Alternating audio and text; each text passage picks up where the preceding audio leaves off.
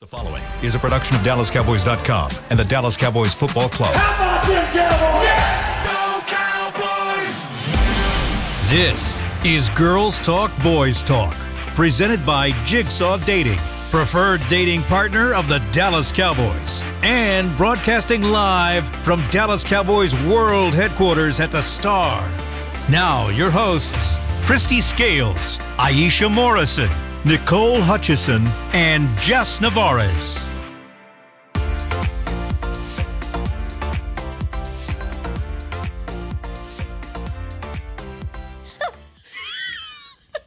Hello, welcome into Girls Talk, Boys Talk, presented by Jigsaw, the preferred dating partner of the Dallas Cowboys in the SWBC studio. I'm Nicole Hutchison alongside Aisha Morrison and Jess Navarez. Jess, what you got going over there? I'm just existing. I was just existing, and Aisha laughed at me for it. You're chilling today. I seem to. I really am chilling today. I love that. I think everybody's pretty much in chill mode because it's technically our Saturday. Yeah. I think it's pretty, pretty chill today. We got some good news from practice. We got a fully healthy team, y'all, that's ready to go. Yeah, love to see it. The go. We got Rico Dowdle, full participant today. Dante Fowler, Peyton Hendershot, of course. J-Ron Kurz, so he'll be back tomorrow. Michael Parsons, he was just ill, so not that major.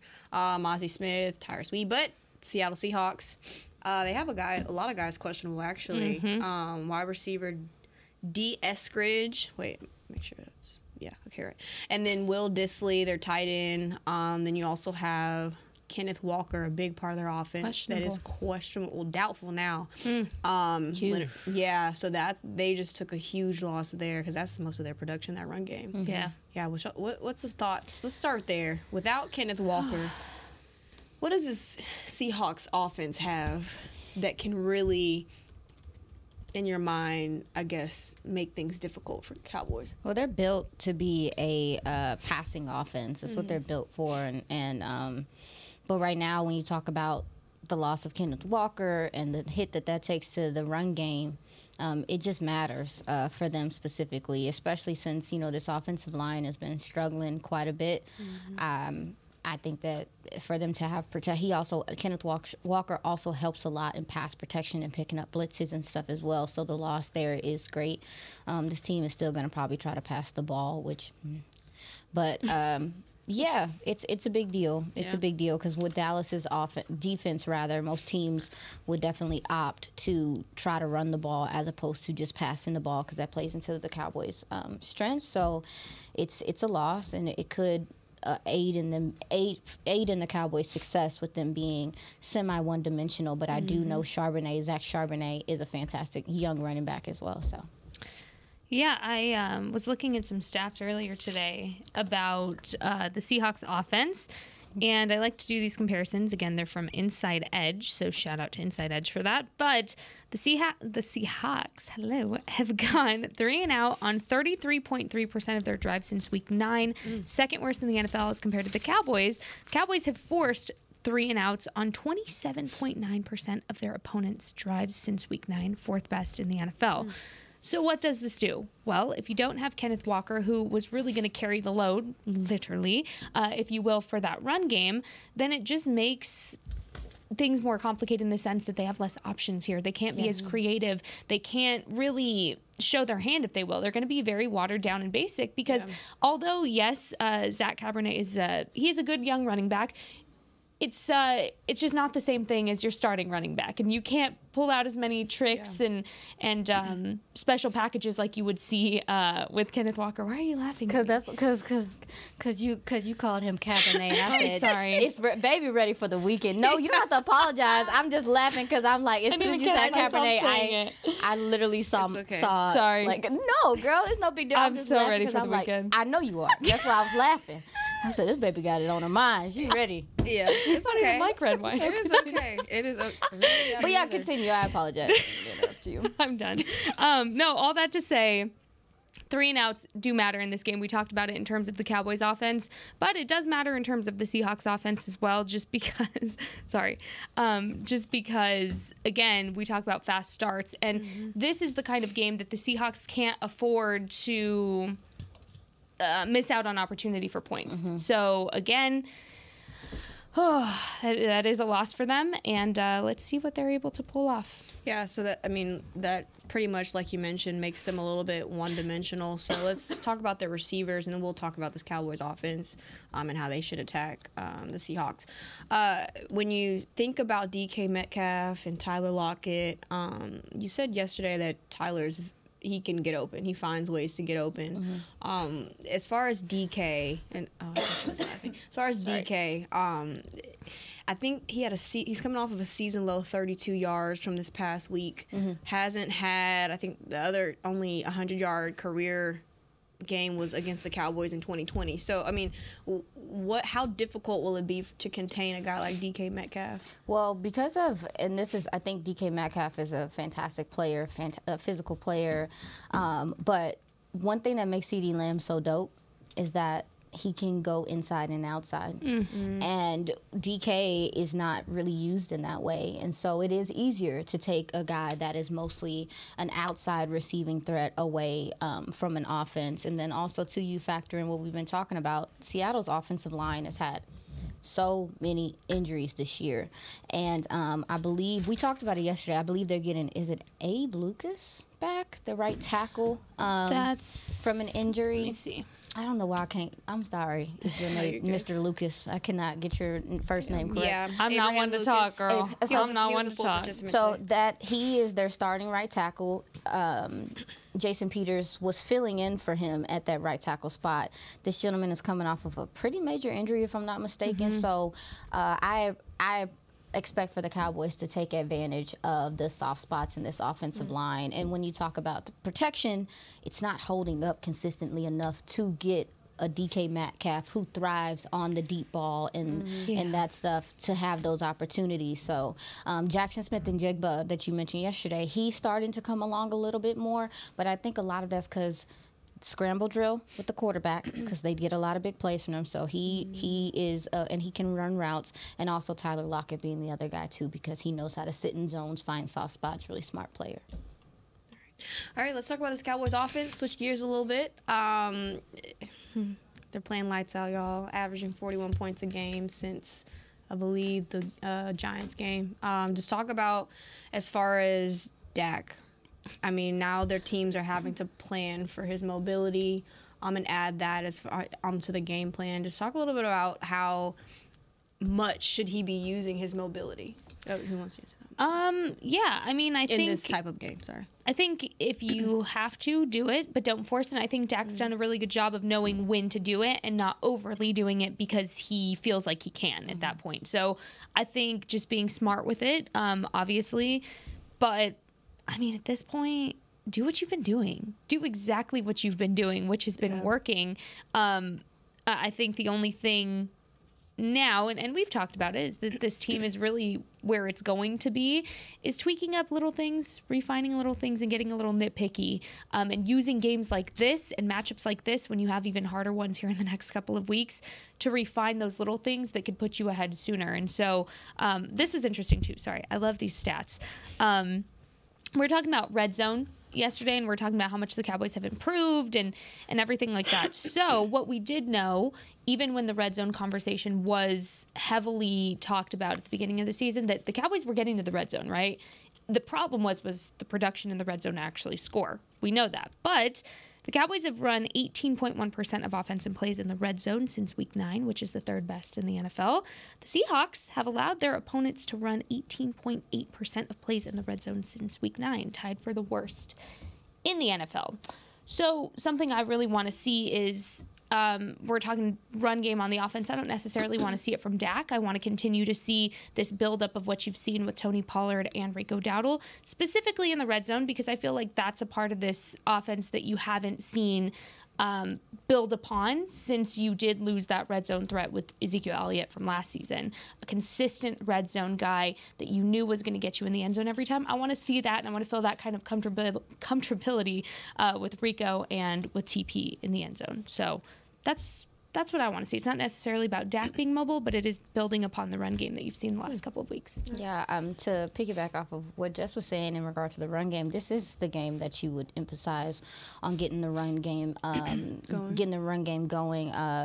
Seahawks give up the 5th most yards to our running backs in the air as well. So we could definitely see the upward trend of seeing Rico and Tony Pollard in passing situations. To speak to whether Dak should be running, is going to be running or not, I think if the opportunities present themselves, he will. But this also, too, talking about Dak yesterday when we talked about A-Rod talking about what he's doing at the line of scrimmage and all that stuff, this is going to be another game for him to flex in that way. Seattle runs a lot of zone in that vision defense that we've heard Mike McCarthy talk about so many times, where they are looking at the quarterback. They're getting to a spot, the secondary, and they're looking back at the quarterback. They're not playing man. They do sometimes, but not that much. And so so Dak is going to be able to use his cadence. He's going to have to pick up some of their disguises and how they're doing things. But also, too, this defense wants to keep you from having the big play. And the Cowboys, we've seen, have thrived this last couple of weeks in explosive plays. So this is going to take patience from him. This game's going to take patience from him in a way where they're going to have to maybe be a little bit more methodical for things to open up and stuff like that. And I expect for them to play the matchup game, too, which I know Dak will see favorable matchups with their linebackers and coverage and things like that. So he's going to get to, because of how their defense is run, he will get the opportunity to kind of to counteract some of their matchups and stuff. But the strength of this team is definitely their secondary. And the weakness of this team, to me, is their front seven, specifically their interior defensive line. So the run game should be there for them. So you expect to see a lot of crossing routes, a little bit of, I guess, shorter passes from Dak, not too many big explosive plays, but when that opportunity presents itself. Well, it just depends. I mean, I think we will see some underneath things, maybe them attacking some of the intermediate routes, but more than anything, you're either going to run past these guys or you're just going to have to go at them in the run game and stuff until stuff breaks. Because what happens with their secondary, they use, and it's kind of cool because they use their safeties and some of their corners, kind of how DQ uses our guys, where like Donald's in the box and he's helping tackle and stuff, and that's what Jamal Adams does for them. But because every team, and this happened with the Cowboys a lot, every team secondary, they know if the team can't stop the run. They know that their front seven can't stop the run. So you'll catch these guys peeking in the backfield, or they're like trying to make sure that there isn't a big run coming their way. So they're looking down, they're looking towards the quarterback and the offensive line, and you can get behind them and take advantage. So I think you have to start off the run, make them commit to stopping the run, and that should open up some things in the passing game. And as far as the deep passes, the intermediate stuff, I think that Dak will find some favorable matchups with their linebackers and be able to attack them there. All right. Let's switch gears. We'll wait for the game later, but as far as CeeDee Lamb, of course, I think this is a time where I think we've talked about this a little bit a couple of weeks ago, is that this team is finally, getting to where they need to be, right? Getting a lot of guys involved. You're seeing Dak finally, connect with 9-10 different guys offensively. Sure. Could this be a game where you kind of touched on it? I think where I want to go with this is that Tony Pollard and Rico, they haven't really had that big game just yet, right? TP had one earlier in the season, but it hasn't really been that big game to where it's like, okay, they're clicking. Is this that game?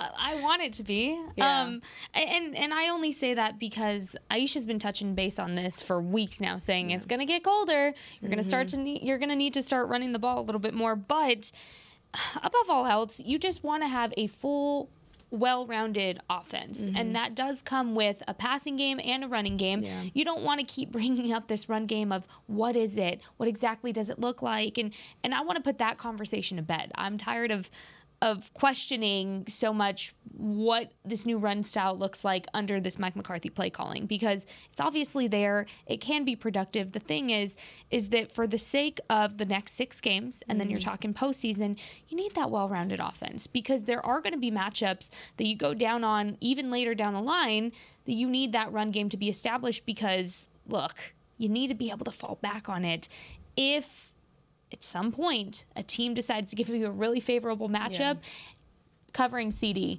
covering Brandon Cooks, covering MG, then what? You want to be able to say, well, all right, Tony and Rico, your time is up. And more than anything, just like you saw the ball distribution being figured out between the wide receivers, you want to see that transfer over into the running back room as well to really understand what it is going to look like. Because it's okay if it's not the 1-2 punch 50-50 scenario that you saw in years prior with Zeke and TP. That's okay. It's just, what does it look like and how can it be consistent? And I think consistency is the biggest thing you're lacking when it comes to the run game overall. So yes, I'm going to say yes to that every single week because I want to continue to see it and grow upon it. And I go back to this red zone threat because keep in mind, Zeke led the league last year with those touchdowns, those rushing touchdowns in the red zone. Yeah. And yes, that's because the Cowboys were more a run-heavy team with that offense last year under Kellen Moore. That's okay, but you still want to have that threat when your guys are covered. They're covering all your tight ends. They're covering CeeDee. They're covering Brandon. You want to still make sure that you have that option and that mobility in the red zone because, again, you need to start putting all the points on the board that you possibly can. If you're preparing for this Eagles game in a couple of weeks that is going to be vital in scoring in every opportunity, this is the time you start practicing that, and I think it kind of trickles back to that run game. Yeah, and to kind of piggyback off of that, the Dallas Cowboys' remaining strength of schedule ranks 5th in the NFL with a combined winning percentage of 618 of 6 remaining opponents. Yeah, they can go ahead and put that to bed, which I'm banking on. To answer your question, yeah, definitely. When you look at the Seattle Seahawks and, again, where their weaknesses lie, it's their defensive line. So much so that a linebacker for them, Boye Mafe, leads them in sacks, and he's playing D end. And then I think the second guy after that is if I'm not mistaken, Devin Witherspoon, who is a cornerback. So they have corners and safeties that are tying their leading defensive linemen for sacks. So yeah, I really think that their DTs just don't get enough consistent pressure, this defensive line. So if this offensive line specifically can block and do what they need to do, there will be opportunities there in the run game. You can attack their edges the same way people do the Cowboys defensive ends, is pinning them inside and then going to the outside. We saw last game how much the Cowboys attacked the edges and did some screen plays and tosses and stuff to the outside. Bobby Wagner is still a player, but age is a thing. It plays a factor, and his sideline to sideline speed is just not the same. And then you look at Brooks for them, who is returning from he has 3.5 sacks, but he's returning from an ACL injury. So his change of direction is not as strong as it was before either as well. So if you can get past their defensive line, which a lot of people do, it puts a lot of pressure on their linebackers to move sideline to sideline. So to answer your question, absolutely. Yeah, I think the Cowboys' run game with Rico and Tony can continue to build in that upward trend. But also, too, I expect to see them in the receiving game in some places as well to take advantage of these linebackers in coverage and make those corners have to come up and tackle. Their defensive end, Boye Mafe, actually set a franchise record of a sack in 7 straight games, but he hasn't been able to pressure a quarterback in the past 3. So offensive lines have really been giving him work, and I think that this offensive line is finally like getting that right amount of continuity and playing not their best just yet, but playing well enough against these defensive fronts. As far as this offensive line, how satisfied, from a level of 1 to 10, are you with the way that they're playing right now? Because they've kept Dak clean for the past 3 games. I'm going to give it an 8. Okay. And that's because that's not the best you're going to see them play either. Keith Lee hands. Well, can't really complain much when your quarterback's not getting touched for 3 weeks in a row. When he was. Let's go back in time a little bit, where he was getting sacked the first 2 drives. Series. Eagles game alone was 5. That's what I'm saying. So, look, you can't really say much when they're protecting their quarterback. They're doing what they need to do, and even Dak is giving them the credit where it's due to say it's starting up front and it's trickling down for the rest of us. Dak obviously feels comfortable enough playing in the pocket. So, if Dak feels comfortable and he's playing like that, and the offensive line isn't making it more difficult by allowing people to rush at Dak, I'm gonna give it an 8, but it can get better. It can get better. It can grow. And especially we talked about that right side of the line with Terrence Steele. Yeah. He has been growing. He has been getting better. And Christy Scales always brings this up when we talk about it on here, and then when we're just talking general. Terrence is the only one that has played 100% of these offensive snaps all season, people. So give credit where credit is due. I'm going to give him an 8. Don't let them... but let's make that, 4 weeks of not touching Dak? Let's make that 4 weeks. And let's just finish off the season. That's asking for a lot, but I mean, yeah. Let's just finish off the season without touching Dak. That'd be nice. That'd be great. Yeah, health's been a big factor. You talk about the continuity factor of it. Jeff Blasco actually being back in the building, the run game coordinator, good to have him back. Maybe you're starting to see some of his influence on this run game, but I also just believe that they're doing things that favor these running backs again. And what they do well, and getting them out in space, allowing them to see things open up. It's been a collective effort. The health of the offensive line, like I said, is a huge part in that. Tyron Smith, you don't hear his name at all. Why? That mean playing good over there. Tyler Smith is continuing to grow, and you mentioned Terrence Steele, how he has picked up and maybe made some changes in this last couple weeks and improved there. So yeah, I'm happy with this offensive line. I really am. Like from where they came in to start the season to now, this is like vast improvement. But I'm just glad that they found things that work for them. And they're doing them well at this point. So protecting the quarterback's important. They've been good in pass pro, but in run blocking, my concern was seeing them get to the second level consistently. Got to give some credit to these tight ends and what they're doing blocking wise as well. And Hunter Lipke has been hella clutch. He's been hella clutch, helping out and getting to the second level. So as a collective, can't be mad at it. Go look around the NFL right now. There are plenty of teams that would love to have the Cowboys offensive line. The Hawks of the Sea. Baby. The Hawks of the Sea would love it. They've been playing about their offensive line, but that's what makes me mad about Seattle, though, because they've been playing with their offensive line like this for forever now. Like, if I'm not mistaken, it could have been a joke, but I feel like a couple years ago it was somebody else playing offensive lineman for them, and he was like bagging groceries the year before or something like that. Like he was a regular human. They have been trying to get this offensive line together for years now, and it's kind of coming back to bite them, I believe. And then with Geno has taken a bit of a step back. Number one, because of his injuries, because he's getting sacked a lot. 27. 27 so far this season. 27? 27 sacks. Mercy. I was trying to find the person that was... I can't remember, but he was just a normal guy. Like, they have been doing this for a minute now, where their offensive line has been a big factor in their lack of success. And the thing I noticed is that Geno is less mobile this year. We talked about it yesterday. I don't know if you mentioned it. He's less mobile this year. He had 24 rushing first downs. Shout out to my guy, Atlanta McCool. He had 24 first downs rushing last year. He's only had 5 this year. So injuries and things like that. So to your point, we talked about Dak, right? Why wasn't he being mobile? How that affected this offense, and now how we're seeing how it's all opened up the offense. I feel like on the flip side, you look at Geno Smith, I feel like this offense is taking a step back because he is not escaping and being that mobile, athletic playmaker as consistently as he was last year.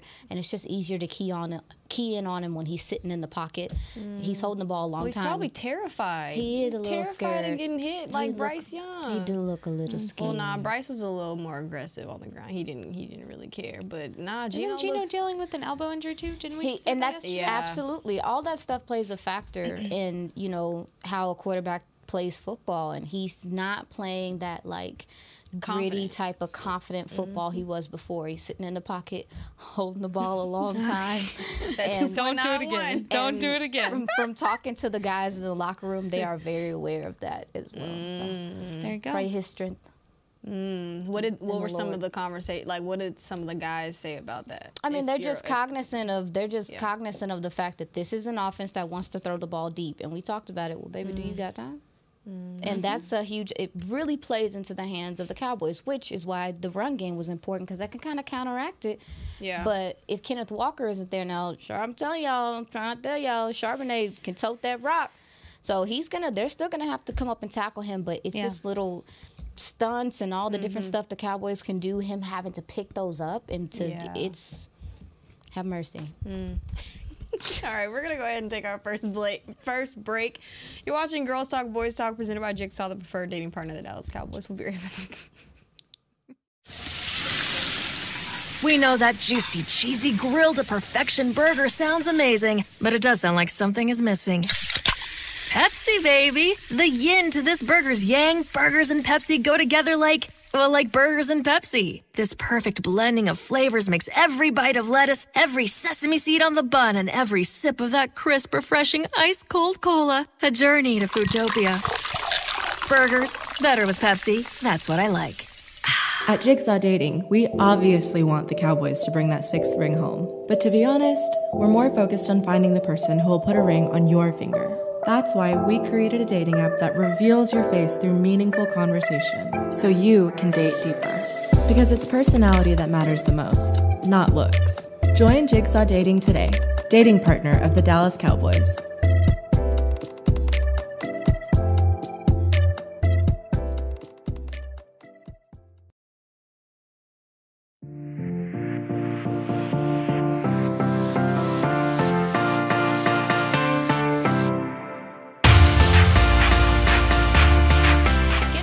The family holiday photo with Santa at the Star, presented by Monument Realty. Santa Claus will be at his Cowboys-themed cottage in the Star District from November 17th through December 24th. Book your visit before December 9th and save $5 with the code STAR5, S-T-A-R, number 5. Visit thestardistrict.com/Santa for more information. I will say, I did this my first year I moved here, and that was before I had Whit, so it was just Toby and I. And it was the cutest picture for my Christmas cards. I can't say I can take Whit to do that because Whit is crazy. But they came out really cute. So 10 out of 10 would recommend. You know, people love their dogs. They do. I love Congo, but we ain't going to take no Christmas pictures. Why? I don't know. I just... Why? He looked up at me. Maybe my nephew wants to take Christmas pictures. He looked up at me like, why can't I go? He's looking at me. Congo, I got you, bud. Jazz. I got you, bud. Go take a Yeah, poor Christmas Kong picture. Jeezy. I'll take him, I guess. Thank you. 10 out of 10. Can I buy him a recommend. sweater? Absolutely not. Why? Him? He's too big. They make big sweaters. Or like a hat. Oh, a little Yes. Santa hat. Come on. Oh, Little little snuggie. reindeer ears. Oh. This is a 56-year-old man. And Is he really that old? He's 56. why can't 56-year-old men wear reindeer ears? I don't Right? know. He just... No, he's just a man. Like, y'all, leave him alone. We might get a hat or a bow tie or something in the Christmas spirit. That's some little footies. Just something cute, yeah.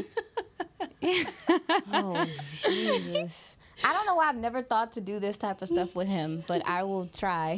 There we go. You know, he's my service dog, so I just never, I'm like, let's go to work. Like, Well, but I guess hi. we'd go ahead and 10 out of 10 recommend that. We got a report that's 10 out of 10, y'all. Zach Wolfcheck. Wolfchuck. Wow. That's crazy. Sorry, Zach. I apologize. We love Zach. So he just tweeted out, and Aisha actually just found this. He tells somebody, this is, hold on, Brian Baldinger from NFL Network. Reputable guy. Tells, let me just make sure I'm G-Bag these names Nation. right. Yep, Yeah, G-Bag Nation. There we go, on 105 through the fan. In regards to Shaq Leonard, that he thinks he is leaning towards the Cowboys. And y'all, I don't know. I love that news, but I just saw, I don't know who it was that posted a picture. And The man can't smile. no, he was smiling too hard for my liking. I didn't like it. It was just a picture of him I just know. smiling, No, living just his life. walking He and was smiling. like, no, he was smiling hard, y'all. It was like from ear to ear. We didn't even see how much he was cheesing in Yeah, here. maybe he was smiling That's even one harder thing here. I was like, dang, wish we could have seen like the facial reactions when, Jerry Jones laid out the red carpet, but I ain't like Dang, it too Nicole much. is a tough crowd. know. Don't smile. You're doing too much Remind me smiling. not to smile around you. That's My too much. I'm goodness. seeing too many of your chicklets. I'm not. Dang, I'm never Nicole. smiling around Nicole ever Darius- again. Darius, Shaquille, Leonard. Sorry, I'm smiling. Don't look over here. Oh my goodness, that's crazy. Nah, I mean we talked about it a little bit. Just real quick, we can just touch on it one more time in case people didn't hear it. What would a signing like this do for this Cowboys defense? It's another veteran in the room and helping run defense. Boom, boom, bang. Boom, boom, bang. It gives you depth. It gives you much needed depth because I will say, when was it? Was it the Giants game? Was it Marquise Bell that was out for a second, or was it the Panthers game? It was the Panthers. Panthers. No. It was the Panthers. No, it was the Commanders game. It was the this Commanders past game. Yeah, Yes. yeah. And I was like, it's all Lord. blending together. Oh yeah. Marquise Bell went out for a second, and I don't know about y'all, but my heart was like, oh no. Oh no, given you never want to see a guy get hurt, but also that shows you how thin your depth is in that room to where what are your options going forward? Say a current linebacker in that room is not available at any point. It kind of puts you in a little bit of a tailspin considering how thin that room already is with depth. So gives you depth. Yeah. Veteran depth. Hopefully. Great veteran depth. Yes. Fantastic veteran depth. Yeah. That he shouldn't smile ever. Yeah. Oh my goodness. Y'all so demanding. No, but you also don't find a player like that just ready to be signed at this point in the season. Oh yeah, very rarely. This is Merry Christmas for real. It's like this ain't normal. This ain't at this time of the year after the trade deadline to have a player that's game ready and has the resume that he has. Absolutely, Merry Christmas. Yeah, Merry Christmas. Christmas come early. No, back to this offense, Cowboys offense. How would you attack if you're, Mike McCarthy? How would you attack this Seahawks defense? Ooh, baby, the slot. They've been struggling. They are struggling at slot corner to a point to where they're moving several different guys to that position. There's a Michael Jackson playing there. Cowboys picked him up 3 years ago, and his name is Michael Jackson. Y'all, come on. And then Woolen is their other corner. He's more of a boundary corner. That gentleman, they tried to move him into the slot, and he was so bad that they benched him. How you gonna bench him? What did he do? Yeah. It's not his fault. You ask him to do something he don't know how to do. That's why Deron Bland doing what he's doing is so much more impressive. Anything but Bland. They are struggling to find consistency in that slot, that nickel corner position, and so I would expect for the Cowboys to attack their CeeDee Lamb in the slot, maybe some Brandon Cooks in the slot. I think we'll see Ferg and those guys a little later because they run a lot of cover 3. I'm sorry. The first thing that came to mind when you said they have a Michael Jackson, I'm like, dang, he getting beat like that when they're doing like the moonwalk and stuff. I'm sorry. Y'all. It's basically like our Saturday, so it just feels like We're both crying over here. Y'all are in literal tears. I'm sorry. Nickel corner. Sorry. Nickel corner, linebacker, really their second level is where I would attack. Their second level is where I would attack them. Okay. Sorry. And then the big plays will come later because they're going to, if you are attacking them successfully in that intermediate spot, they're going to start panicking in those young corners, and they're going to start peeking in the backfield, and you're going to be able to do some things as far as explosive plays go. All right, y'all. I'm sorry. No, I like that because the past couple of weeks you have really seen Dak be more methodical. And he's, I guess you can say, taking what the defense gives him a little bit, but also just being creative off the top. And that's something that I really want him to continue to do, especially in a game like this That's where a you great can't word. be creative. That's a great word. No, you're looking for creativity from Mike McCarthy as well in the play calling, motion. Maybe, Dak, he's going to set his protection. That's what he does. But he and Mike McCarthy are going to have to come together to manipulate this defense. Because if you're playing them straight up, especially their secondary, they can cover your guys. Like they have, CDs, but they do have the guys with the capability to run with your players. So you're going to have to do things to get them looking one way, going in the opposite direction. Again, like pinning, pulling, that type of stuff. So, creativity. Mike McCarthy and Dak Prescott we're looking for them to manipulate this defense and be able to take advantage of their indecisiveness. You know what comes with creativity? special packages we've been talking about, I want to see more Kevontae Turpin involvement in. I think it's time. I think it's time in this season. Ain't it? Yeah. Get him For going. him to be consistently Just get him going. That's what in the Yes, and that's what I want to see. He's just coming off of Thursday's game with his fourth touchdown of the season. I want to see more involvement just overall with him, getting more snaps, getting more of those first looks from Dak when the offense is playing. Yeah. Overall, he's a guy that I really want to see more involvement with in this game. Now, in a ideal Jets world, I would also like to see some Hunter Lipke involvement, but we're not getting there yet. We'll see it. He'll probably be in the blocking game. Probably. I want to see him in the running game. You want to see him? I want to see him in the running game. He girl. can help as a receiver too at some point. We'll see it. You think so? He can catch, babe. Like, He's a big guy. He's a player. He's a big guy. He's stout and at some point, look, can't have it all at once. I'm just saying at some point. For this matchup specifically, I want a Kevontae Turpin game, and I want to continue to see kind of what the ball distribution looks like between CeeDee Lamb and Brandon Cooks specifically, because I don't want what CeeDee has done this season to get washed away because Brandon is getting the ball a little bit more. I want to see kind of how Mike handles this game, where it's not so much one or the other, but it's kind of split and it's a little bit of both. So I want to see that. Well, it's kind of, I think Cooks is getting the ball more because they're double teaming CD and they're guarding him a lot better than they were at the beginning of the season. But again, that kind of opens up things for a lot of other guys. So I think it's pretty cool to see, everybody else get those opportunities because CD is getting guarded. But he's still gonna make a play. It's whatever the matchup calls for. He's gonna make his play. Yeah, he's gonna get his plays in. To me, it doesn't matter which one of them is playing or however it is. Because I mean, even when you look at the distribution, you look at. Brandon Cooks has led them in receiving the last couple weeks, but they both have TDs. So the wealth is still being spread, and I appreciate the way they're doing it. And when you mention a Kevontae Turpin, you be like, dang, bro, like there's a lot of guys. Room is stacked. It's a lot of guys. And then MG had a couple catches last week. Jalen Tolbert had some key catches last week. Jalen Brooks had some catches. Guy JB. So I believe that this offense is it's who we see go off and who has the hot hand. To me, is going to be very matchup based and what it calls for and just how it is. But I do think they've been doing a decent job of like CD is having TDs and Brandon Cooks is having TDs, and it's still pretty spread out.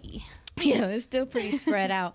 So I'm specifically though, I'm saying for this matchup, I want to see more Kevontae Turpin. Yeah, his speed is something that they can definitely take advantage of. And even some of the running backs coming out of the backfield, running out of the backfield. So Kevontae Turpin, obviously Tony Pollard doing some things. I would love to see that as well. But yeah, this game is. I will say as far as the wide receivers go, they'll be tested. This secondary is sticky. They're feisty. They're physical. I ain't even mentioned Devin Witherspoon, who ranks second only behind a Deron Bland as an overall corner in the NFL. He went 5th in the draft, and he is a hair on fire everywhere type of player. He helps in the run game. He's good in coverage. He'll take the ball away. He'll take some chances. But yeah, this.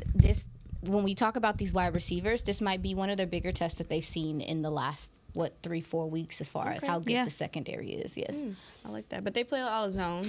They do. So the Cowboys have had a lot more success against zone. So I mean, it's gonna be a challenge, but I'm excited. Yeah, no, it's gonna be cool. It's growing pains. This is a good experience for them to just get a feel of this defense, but also to this defense. Besides the defensive line, but like schematically, they do a lot of the things the Cowboys do. Some of their personnel kind of match the Cowboys. I mean, you look at a Jamal Adams, you think about a Donovan Wilson. It's just kind of like, oh, okay, cool. But Jamal is coming off an injury, so can we find him in coverage? All right, thanks. All right, we're going to go ahead and take our second break. You're watching Girls Talk, Boys Talk, presented by Jigsaw, the preferred dating partner of the Dallas Cowboys. We'll be right back.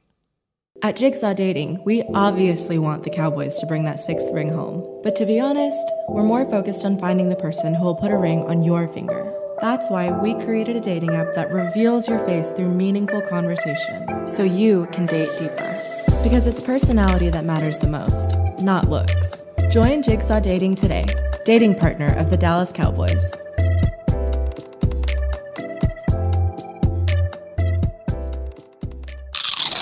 You know that sound anywhere. It's the crisp crunch of that first nacho chip. With its perfect cheese to sour cream ratio sitting atop a layer of delicious beans, it's a sip away from perfection. That's what we're looking for. Add a delicious, refreshing Pepsi and we've achieved absolute nacho nirvana. Because while you can pile those nachos high with every spicy, cheesy, savory topping, there's no topping a cool Pepsi finish. Nachos, better with Pepsi. That's what I like.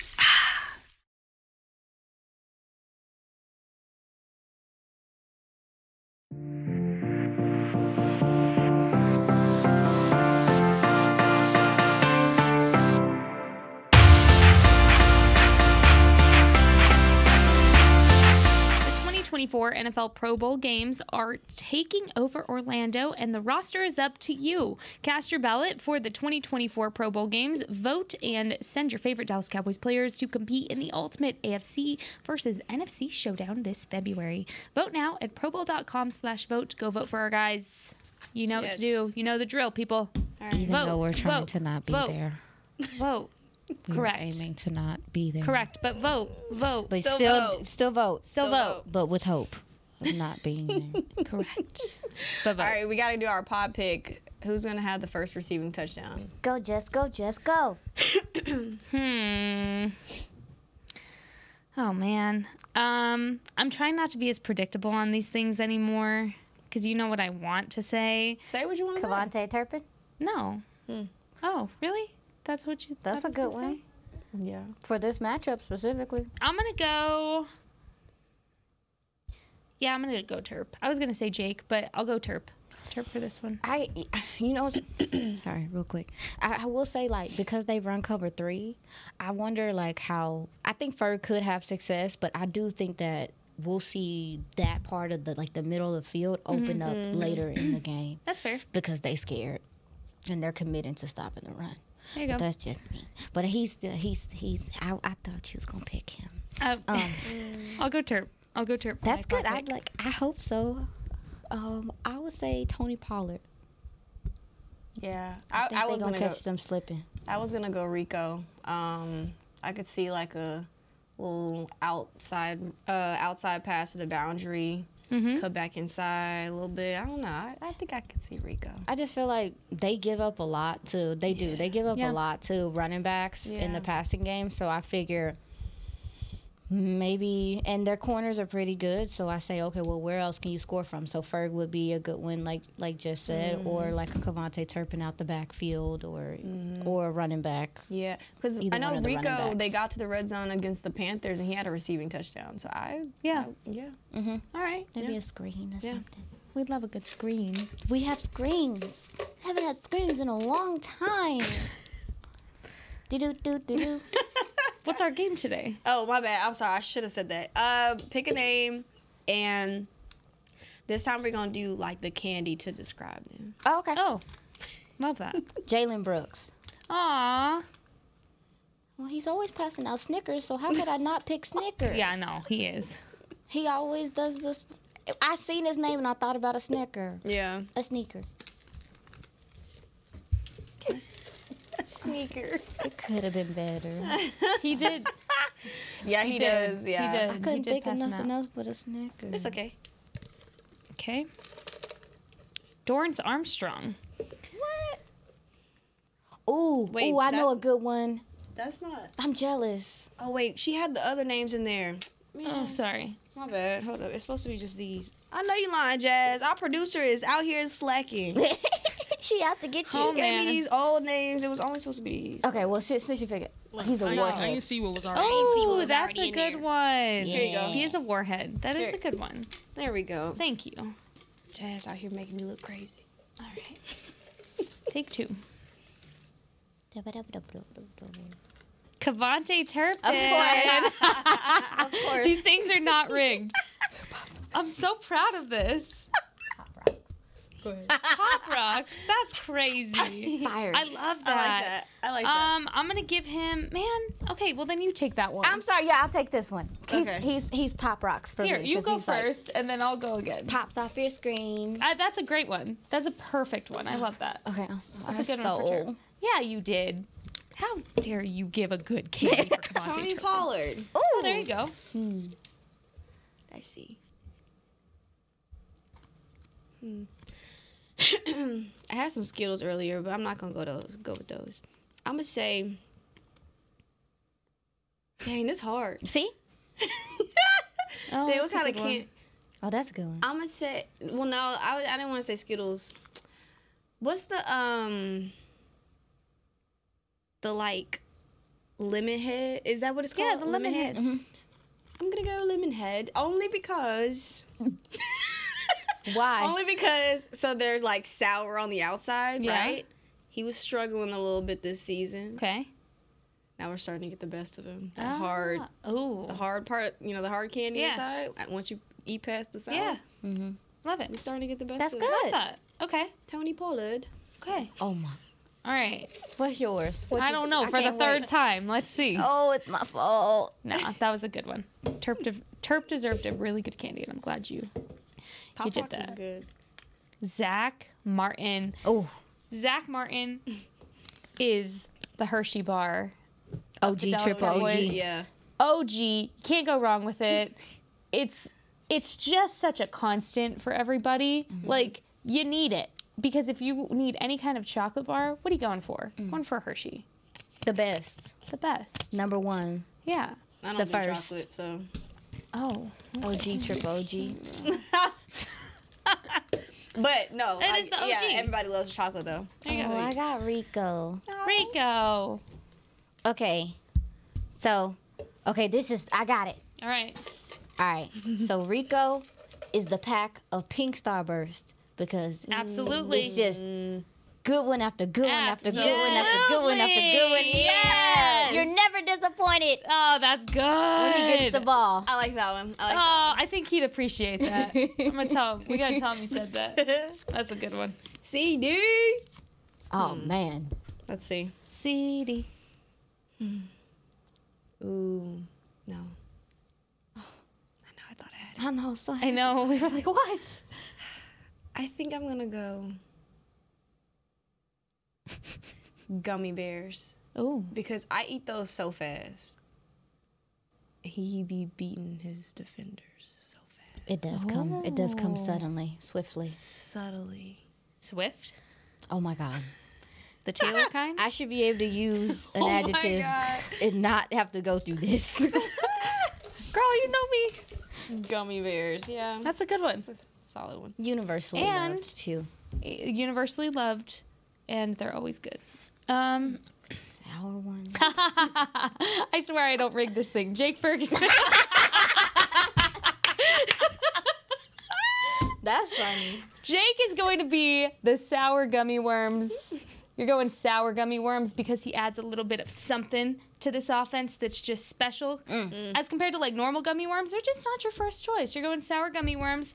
Really? Yeah. Love me some regular gummy bears. I mean, they're both good, but given the choice, The we're going sour sour ones. gummy worms. It gives you a little bit of a zing, and it's consistently good. You can't get enough of them, and you're not just having one. Fergie is not just having one good game. It's constant for him. Yeah, and if you Period. get the crawler ones that have the, Oh, it's the split down the best. middle, you're So getting good. 2 flavors in one. You got a blocker and a receiver. They're versatile. Come on, versatility. I've in the never tight seen end them, position. the Scorpios before. No, they're the crawlers. Like, Yeah. well, Okay. that's Yeah. the brand, but they have Yeah. like it's split, so it'll be like a purple Yeah. and blue or whatever. So The you're red getting, and the blue ones, Learn something the every day. best. Oh, wow. He can do both. He can do both. Period. He can block Get you a and tight catch. end that can do both. Get There you you go. one. We can. Oh, we also need a score prediction. Sorry. Score Oh, prediction. jeez. I don't think they're averaging less than 30 a game at home, so I'm gonna go 31, 18 Cowboys. 34-15. Dang, they scored 3 points. Seattle scored 3 points against the Ravens, though. I'm going to go 15. 34-15. I'm gonna go 35-10. Come on. All right. Period. I got those. It could, but I know we're laughing. Say My cats. it. I mean, we could laugh about it, but at the same token, with their inability to Yes. block No, there consistently, you we've go. seen when weak offensive lines come in here, this Cowboys team jumps on it immediately. So There it's gonna be. I'm excited about this game. If not for the fact that we about to go on this trip of proving a lot of people wrong. Hello. Can't beat good teams. Proving a lot of. On that note, we're going to wrap things up right here on Girls Talk, Boys Talk, presented by Jigsaw, the preferred dating partner of the Dallas Cowboys. We'll see y'all Friday. This has been a production of DallasCowboys.com and the Dallas Cowboys Football Club. How about this, Cowboys? Yeah!